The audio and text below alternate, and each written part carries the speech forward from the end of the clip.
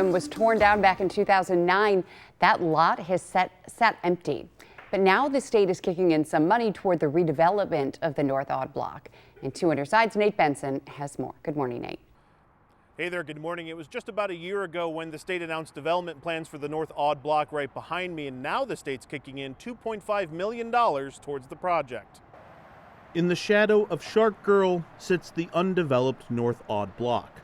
If the pit filled with construction materials for other projects was a human, it would be a persnickety 15-year-old full of attitude. But it's just a pit. Although some rabbits seemingly call it home amongst the weeds. It was a decade and a half ago when the wrecking ball met the historic Memorial Auditorium. And for 14 years it eluded a meaningful development plan. Last year, though, a new developer was chosen to build 360 apartments, retail space, and an underground parking garage.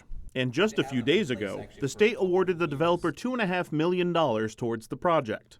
We're very optimistic about the support from the state. M Squared, along with Penrose and Weedy, are all developers on the $160 million project. Is that still the ballpark estimate for this project, or do you think it could exceed that? A lot of things have changed, and I think we're optimistic with how things are looking right now, and hoping that by the time we break ground, there will be some more flexibility in the capital markets that don't drive up anything on the financing side necessarily. As for what the $2.5 million will be used for, that money will be used for really bringing this project to life, activating the commercial uses at the site, activating the plaza, which we're hoping will drive a lot of visitors to the site in addition to the residents who live in the community.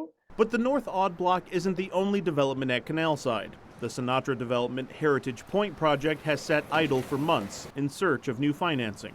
The developers hope to break ground sometime in 2025 in the North Aud Block, but don't know exactly when. And with ballooning construction costs across western New York, will there be a need for additional state support for this project?